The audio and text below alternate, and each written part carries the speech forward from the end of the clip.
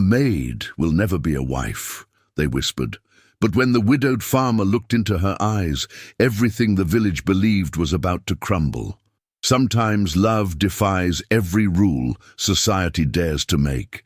The morning mist clung to the cobblestones of Millbrook like secrets the village refused to release. Felicity Morrison pulled her worn shawl tighter around her shoulders as she hurried through the narrow streets, her wooden clogs echoing against the damp stones. The baker's wife peered through her window, lips pursed in that familiar expression of disdain that Felicity had grown accustomed to over the years. At 23, she had learned to carry herself with a dignity that no amount of whispered cruelty could strip away. The Morrison name had once meant something in Millbrook.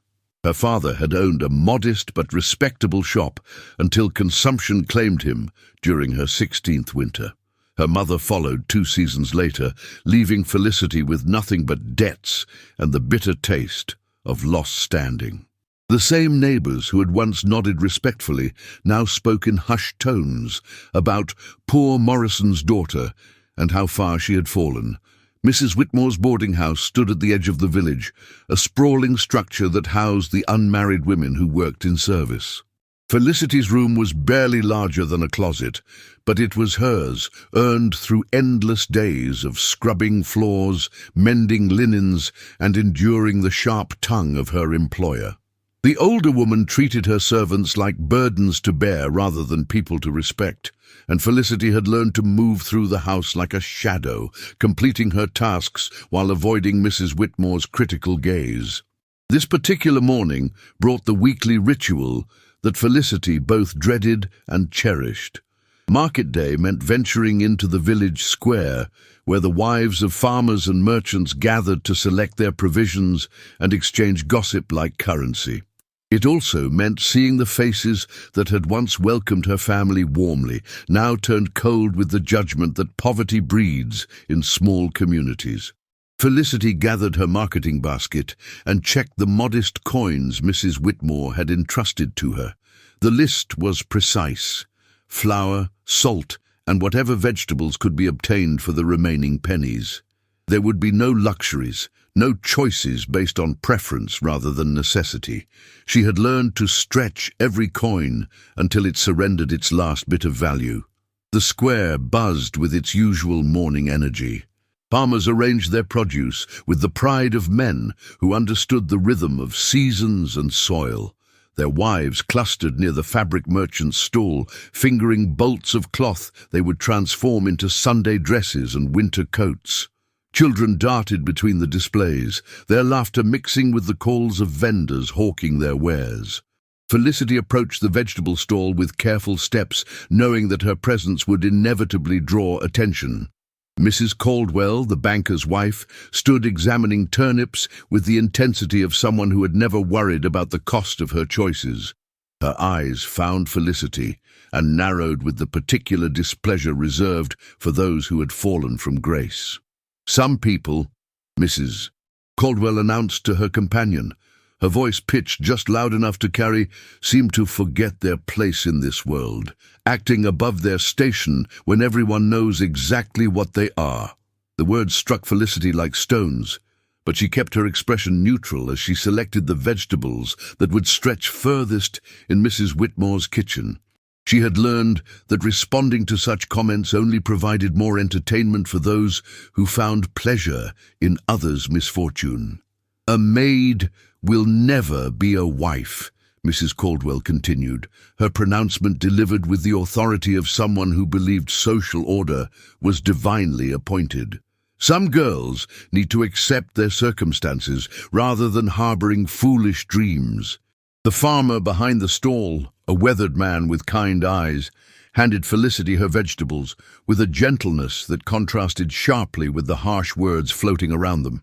He didn't speak, but his small nod conveyed an understanding that meant more than any grand gesture could have. As Felicity turned to leave, the sound of approaching hoofbeats drew everyone's attention. Nathaniel Harper guided his horse through the square with the easy confidence of a man comfortable in his own skin. The whispers that followed him were different from those that trailed Felicity. These carried respect, admiration, and in the case of the unmarried women, hope. Nathaniel Harper was 35 and had been widowed for 3 years.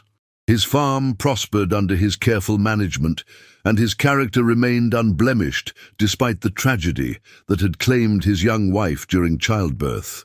The village had long speculated about when he might remarry, with every eligible family positioning their daughters like chess pieces in a game where the prize was security and status. Their eyes met across the crowded square, a moment so brief that others might have dismissed it as coincidence. But Felicity felt something shift in the air between them, a recognition that transcended the careful boundaries society had drawn around them both. Nathaniel's expression softened with what might have been sympathy, or perhaps something deeper that neither of them was prepared to acknowledge.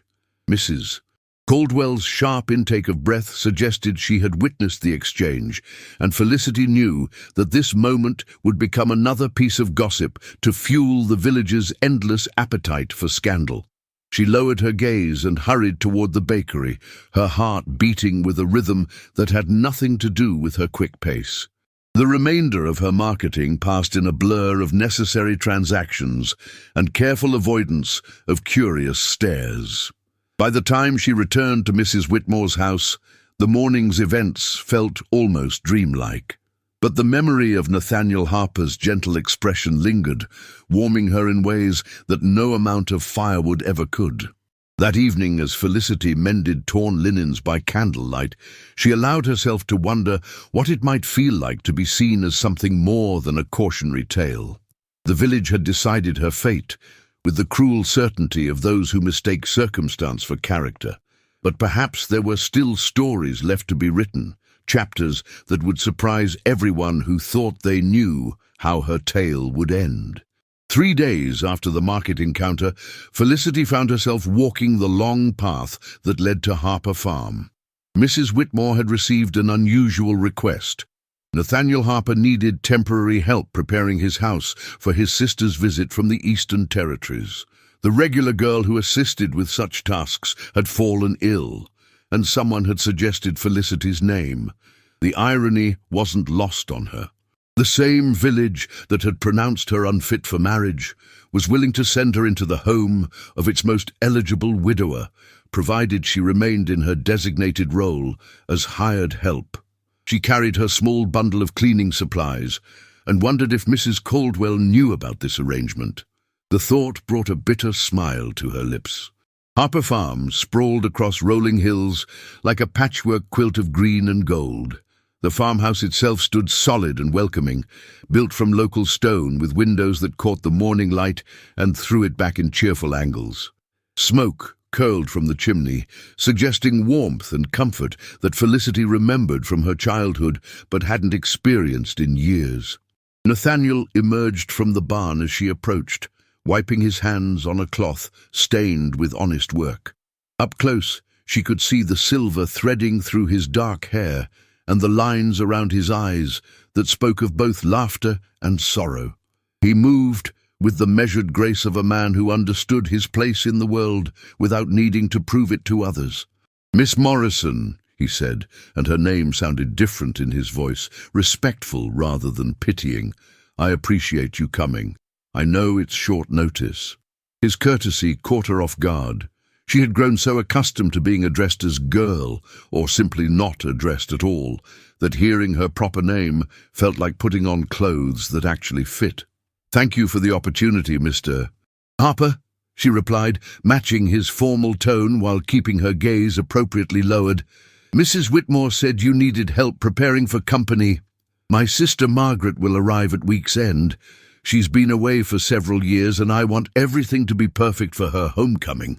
Something in his voice suggested this reunion carried weight beyond simple family obligation. "She's bringing her young daughter. It's been a difficult time for them both." Felicity nodded, understanding the delicate way people spoke about tragedies in small communities. Whatever circumstances had brought his sister back to Millbrook, they weren't happy ones. Nathaniel led her through the house, pointing out the rooms that would need attention. The interior reflected the same solid comfort as the exterior, furniture built to last generations rather than impress visitors, books that showed signs of being read rather than displayed, and windows dressed with curtains chosen for warmth rather than fashion. In the main parlor, a portrait hung above the fireplace, showing a young woman with gentle eyes and a smile that seemed to light the entire room. Felicity didn't need to ask who it was. This was obviously the wife who had died too young, leaving Nathaniel to navigate both grief and the expectations of a community that believed every man needed a woman to make his house complete.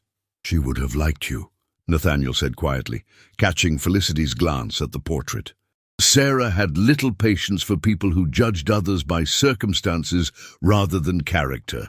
The unexpected observation sent warmth through Felicity's chest. She wasn't accustomed to being discussed as a person with character worth considering. In Mrs. Whitmore's house, she was a pair of hands to complete tasks, nothing more. "I'll do my best to honor her memory by caring for her home properly," Felicity replied, meaning every word. As the morning progressed, Felicity lost herself in the familiar rhythm of domestic work. But this felt different from her duties at the boarding house. Here, she was preparing a space for reunion and healing rather than simply maintaining order for order's sake. Each window she cleaned seemed to invite more light. Each surface she polished reflected care rather than mere obligation. Nathaniel worked nearby, repairing a loose floorboard and adjusting a door that had begun to stick. They moved around each other with surprising ease, as if they had been sharing domestic space for years rather than hours. When he brought her tea during the afternoon, the simple gesture felt revolutionary after years of being treated as invisible. "The village talks," Nathaniel said carefully as they stood on the front porch, looking out over his fields. "They've been particularly vocal lately about my domestic arrangements." Felicity's stomach tightened. She knew exactly what kind of talking he meant, the endless speculation about when and whom he would marry, mixed with disapproval of any woman who dared to think herself worthy of consideration. "I hope my being here doesn't add to their commentary," she said, though she knew it absolutely would. "Their commentary is their burden to bear, not ours," he replied with quiet firmness. A man should be judged by his actions, not by others' expectations of them. The same applies to women, though this village seems to forget that principle when it suits them. The use of ours in his response created an intimacy that made Felicity's breath catch. For a moment, she allowed herself to imagine what it might feel like to truly belong somewhere again, to be part of something larger than mere survival. That evening, as she prepared to return to Mrs. Whitmore's house, Nathaniel walked her part way down the lane. The sunset painted the sky in shades of rose and gold, and the air carried the sweet scent of hay and wildflowers. "Would you consider returning tomorrow?" he asked as they paused at the crossroads. "There's still much to be done, and you work with a care that can't be taught." Felicity nodded, not trusting her voice to remain steady. The compliment meant more than he could possibly know. To be valued for the quality of her work, rather than merely tolerated for her necessity, felt like discovering she had worth beyond her circumstances. As she walked the final distance to the village, Felicity noticed curtains twitching in windows and knew that her presence at Harper Farm had already become the subject of evening conversations. Mrs. Caldwell would undoubtedly have opinions about this development, and those opinions would spread through Millbrook like seeds on the wind. But for the first time in years, Felicity found herself caring less about others' judgments than about the possibility that tomorrow might bring more moments of unexpected kindness. Perhaps there were still surprises left in a life that had seemed to have all its chapters written by others. By the fourth day at Harper Farm, Felicity had transformed the house into a space that seemed to breathe with anticipation. Fresh flowers from Nathaniel's garden graced every room, their fragrance mixing with the scent of beeswax and the bread she had baked that morning. She had thrown herself into the preparations with an intensity that surprised even her, as if making this house perfect could somehow make her own life more meaningful. Margaret Harper arrived on a Thursday afternoon, stepping down from the stagecoach with the careful movements of someone who had learned to expect disappointment. She was perhaps 30, with Nathaniel's strong jaw but eyes that held shadows deeper than grief. The little girl who clung to her skirts couldn't have been more than 6, all dark curls and solemn expressions that spoke of experiences no child should carry. "Nathan," Margaret said, and the single word contained years of letters and longing. Brother and sister embraced with the desperate relief of people who had feared they might never see each other again. Felicity watched from the kitchen window, understanding instinctively that she was witnessing something private and precious. The little girl, who must be Margaret's daughter, stood apart from the reunion, her small hands clutched together as if holding herself from falling apart. Later, as Felicity served dinner in the formal dining room, she learned fragments of Margaret's story. Her husband had died in a railroad accident back east, leaving debts that consumed everything they had built together. The choice had been between a poor house and returning to Millbrook with nothing but hope and the clothes on their backs. "I never thought I'd be grateful for small-town gossip," Margaret said with bitter humor, "but at least here everyone already knows my failures. No need for pretense." "You haven't failed," Nathaniel replied firmly. "You survived. You protected Emma. You brought yourselves home. That takes more courage than this village has ever seen." Emma, the little girl's name, fit her perfectly. She ate her dinner in careful silence, glancing occasionally at Felicity with curiosity that hadn't yet been worn away by hardship. When Felicity smiled at her, Emma's response was tentative but genuine, like sunshine breaking through storm clouds. Over the following days, Felicity found herself staying later at the farm, helping Margaret settle into the rhythm of country life after years in the city. The two women developed an easy friendship born of shared understanding. They both knew what it meant to fall from grace, to be judged by circumstances beyond their control. Margaret proved to be refreshingly direct, with none of the careful politeness that usually governed conversations between women of different social standings. She spoke to Felicity as an equal, sharing stories of her married life and listening with genuine interest to Felicity's tales of village life. "My brother watches you," Margaret observed one afternoon as they hung laundry in the garden. Emma played nearby, building elaborate houses from fallen twigs and pretending her cloth doll was visiting neighbors for tea. "He's naturally observant," Felicity replied carefully, though her heart quickened at the words. "No," Margaret said with a knowing smile. "He watches you the way he used to watch Sarah, like you're something precious that might disappear if he looks away too long." The comparison sent heat flooding through Felicity's cheeks. To be mentioned in the same breath as Sarah Harper felt both thrilling and terrifying. She had studied the woman's portrait enough to see the love that had shaped every brushstroke, the devotion that still filled the house years after its object had vanished. "Your brother is a good man," Felicity said, instead of addressing Margaret's observation directly. "The village is lucky to have him." "The village," Margaret replied with pointed emphasis, "doesn't deserve him. And they certainly don't deserve to decide who he can and cannot care about." That evening brought an unexpected visitor. Mrs. Caldwell arrived at Harper Farm with the determined stride of someone on a mission of moral importance. She brought 2 other ladies from the village, Mrs. Patterson, the minister's wife, and Mrs. Henley, whose husband owned the largest store in Millbrook. Felicity was in the kitchen when they arrived, cleaning the dinner dishes, while Margaret helped Emma prepare for bed. Through the open window, she could hear every word of the conversation that unfolded on the front porch. "Mr. Harper, Mrs. Caldwell began with the tone of someone who considered herself the guardian of community standards. "We've come as friends, concerned about certain developments that have reached our attention." "Have you now?" Nathaniel's voice carried the polite coolness of a man who had learned to be wary of uninvited advice. "There's been talk," Mrs. Patterson added, her minister's wife authority lending weight to her words. "About the amount of time a certain young woman has been spending in your home. People are beginning to wonder about the appropriateness of such arrangements. A man in your position," Mrs. Henley contributed, "must be especially careful about appearances. You have a reputation to maintain, responsibilities to the community." Felicity's hands stilled in the dishwater. She had expected this confrontation, but hearing it unfold still felt like watching storm clouds gather overhead.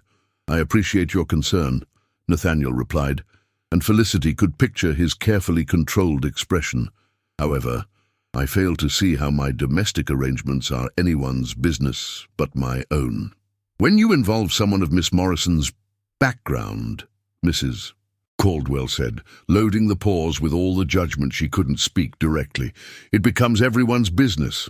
There are proper ways to handle these situations, and then there are ways that lead to scandal." "What exactly are you suggesting?" The temperature in Nathaniel's voice had dropped noticeably. "Simply that a man in need of domestic help has many options," Mrs. Patterson replied smoothly. "My own niece would be happy to assist with your sister's needs. She's from a good family, properly raised, with references that would satisfy anyone. Unlike some people we could mention," Mrs. Henley added, with the cruelty of someone who believed social standing granted license for meanness. The silence that followed stretched long enough for Felicity to imagine Nathaniel's jaw tightening, his hands clenching with the effort of maintaining civility. "Ladies," he finally said, his voice carrying quiet steel, "I thank you for your visit. However, I choose my own employees based on their character and capabilities, not on others' opinions of their circumstances. Miss Morrison has proven herself invaluable, and that's the only reference I require." "You're making a mistake," Mrs. Caldwell said, with the confidence of someone who believed she spoke for divine authority. "That girl has ideas above her station. She'll bring nothing but trouble to your household and shame to your family name." "The only shame I see," Nathaniel replied, "is in people who mistake poverty for moral failing and kindness for weakness. Good evening, ladies." Felicity heard their footsteps retreat, followed by the sharp click of carriage wheels on stone.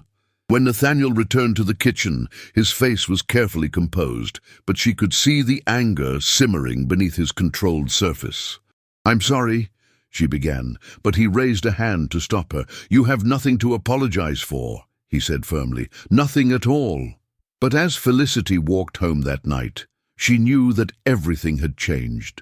The village had drawn its battle lines, and she found herself standing squarely in the middle of a conflict that would test everyone's courage. The morning after the confrontation brought consequences that rippled through Millbrook like stones thrown into still water. Mrs. Whitmore summoned Felicity to her parlor before dawn, her face set in lines that spoke of difficult decisions and uncomfortable pressures. "Sit down, girl," she commanded, though her usual sharpness seemed tempered by something that might have been regret. "We need to discuss your recent activities." Felicity lowered herself into the hard wooden chair, knowing that whatever came next would change everything.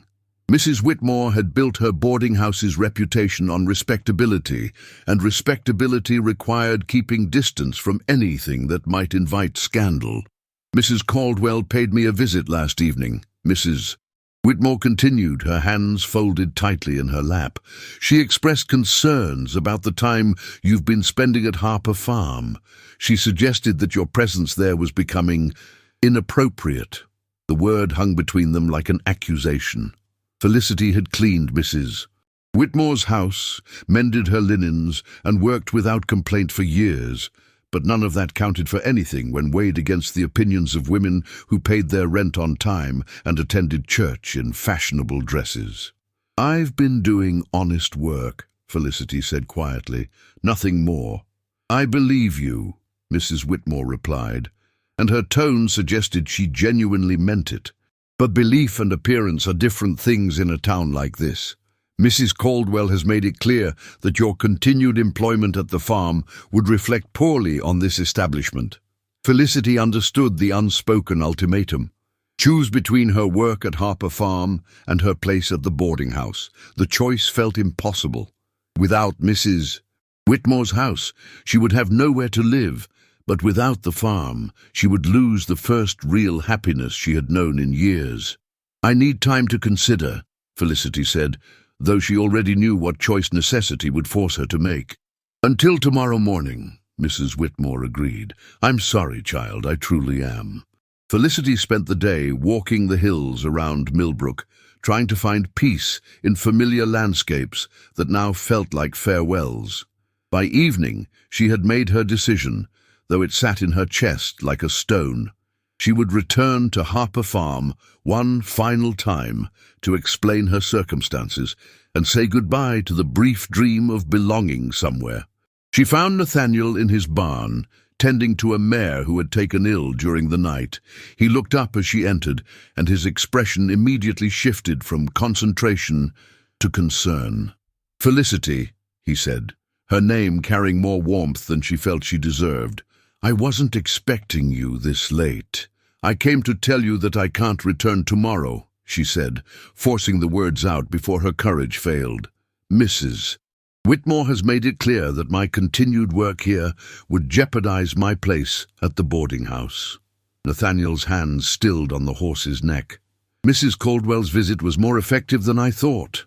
She's not wrong to protect her business," Felicity said, though the words tasted bitter. "A boarding house for respectable women can't afford to house someone who's become the subject of gossip." "And what about what you want?" Nathaniel asked, stepping closer. "What about what you deserve?"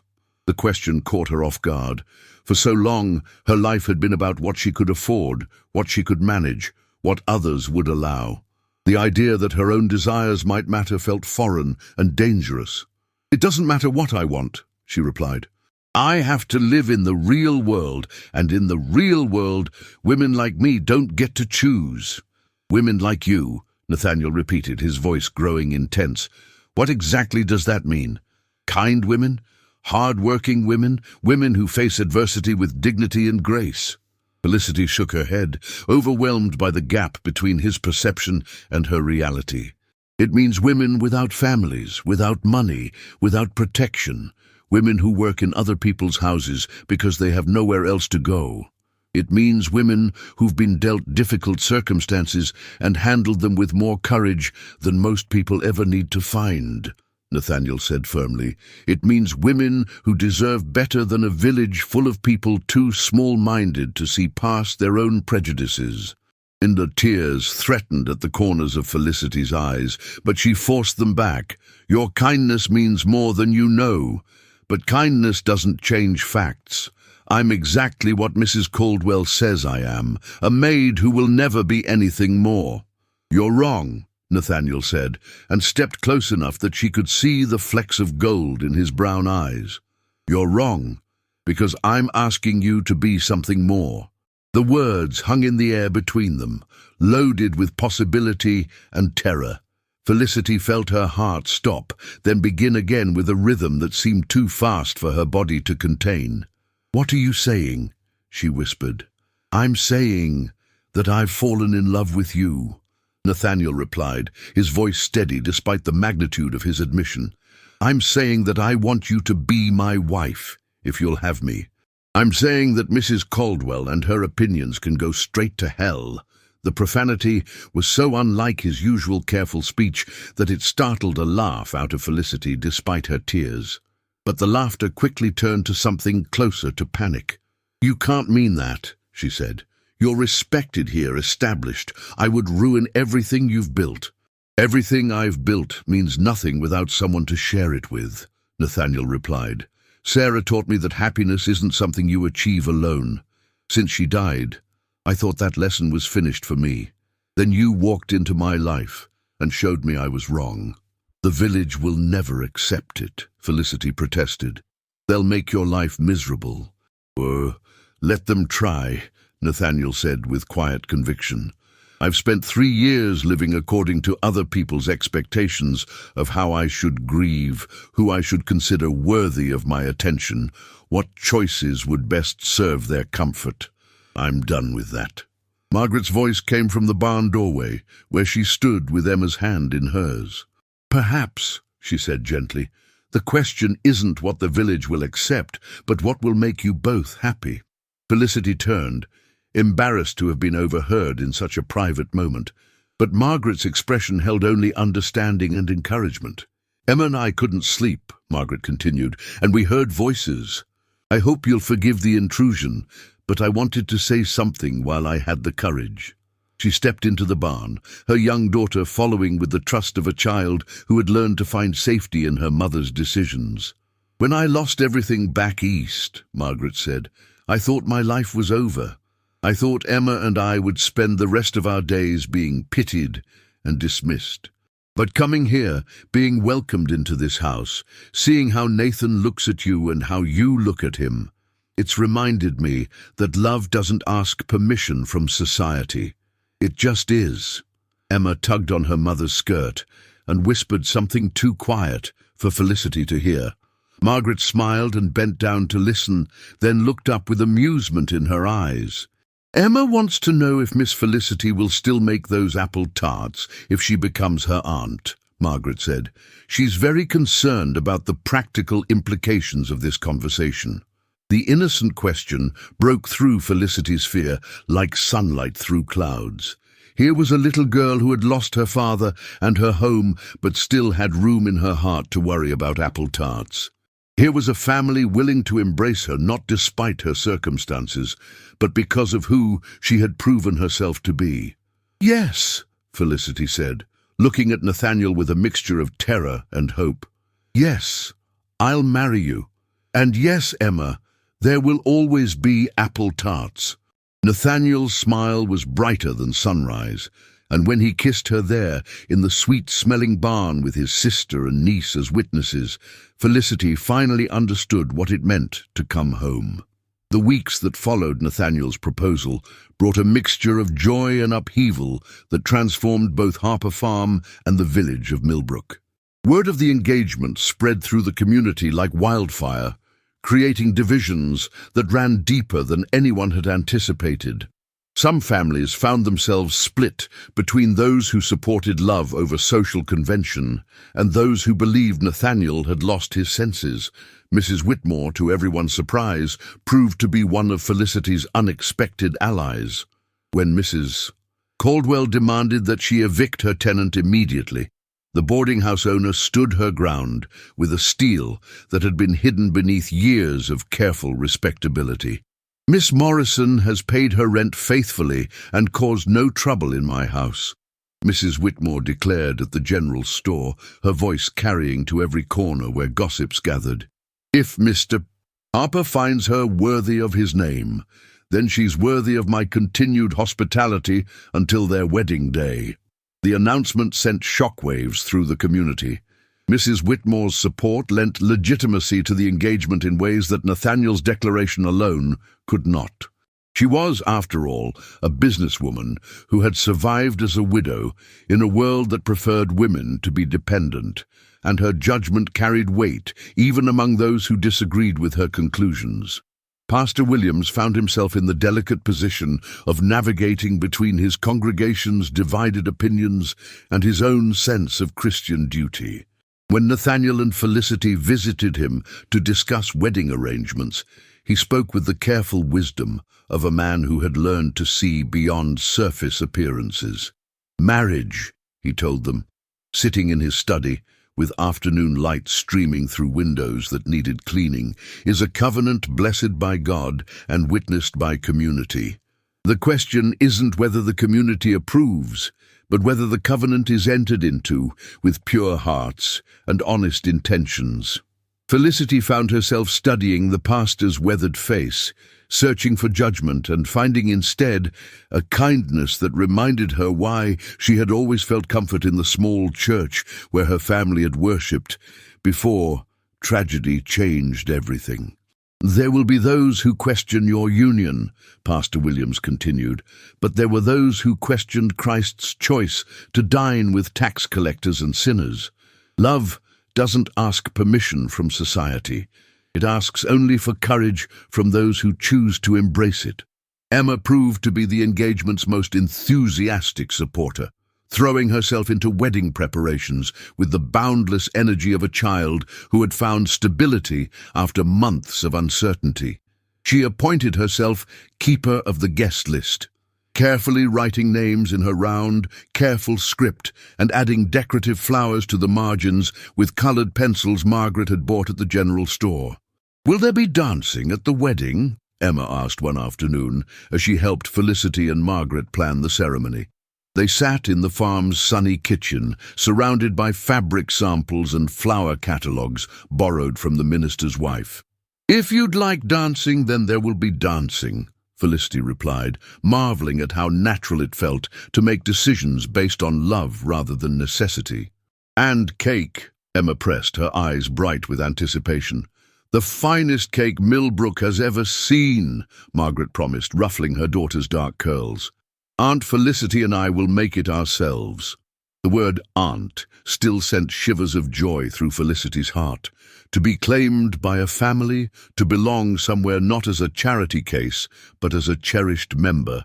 It felt like waking up from a long, cold dream. As the wedding day approached, the village's initial shock began to settle into grudging acceptance among some and continued disapproval among others.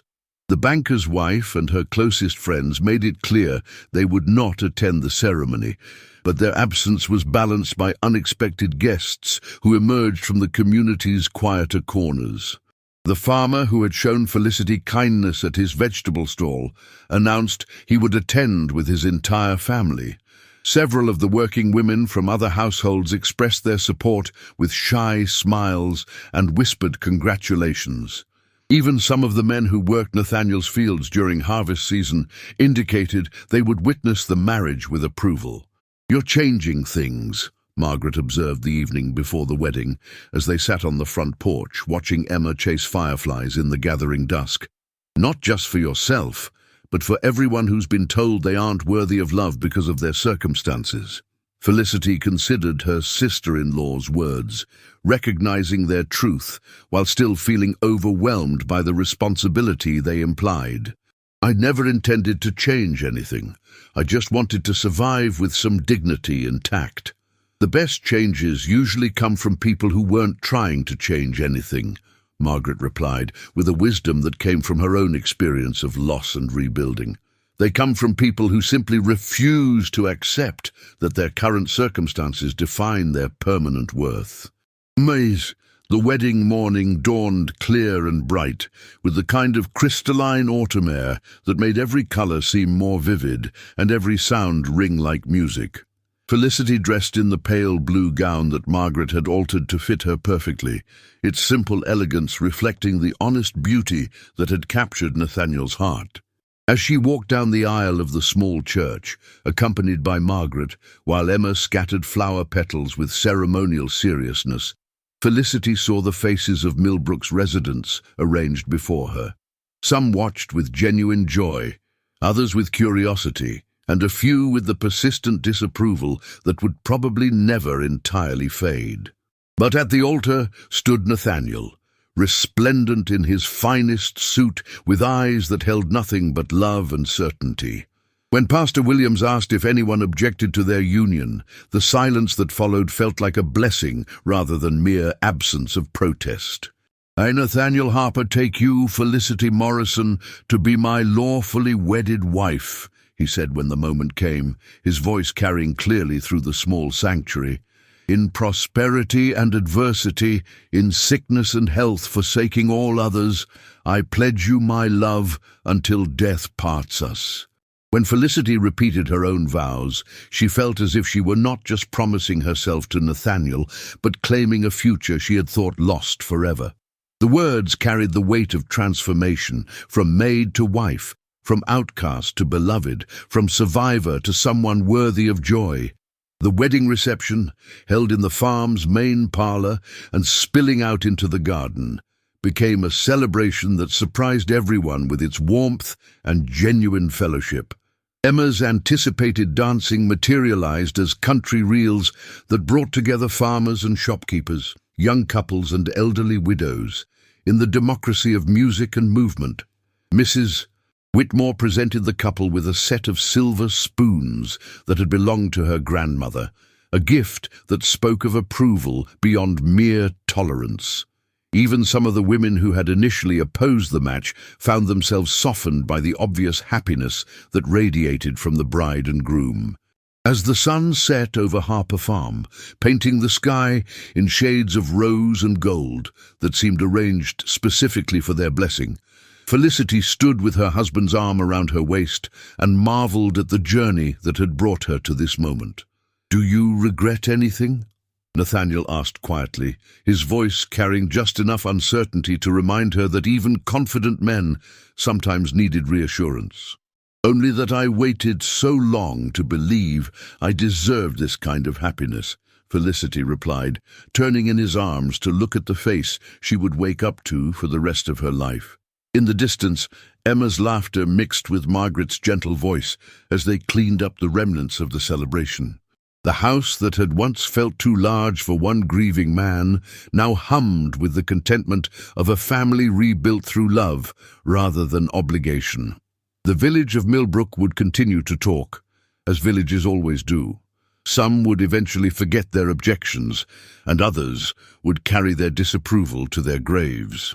But in Harper Farm, surrounded by fields that would know many more seasons, and a love that had proven stronger than social expectations, Felicity finally understood what it meant to be home.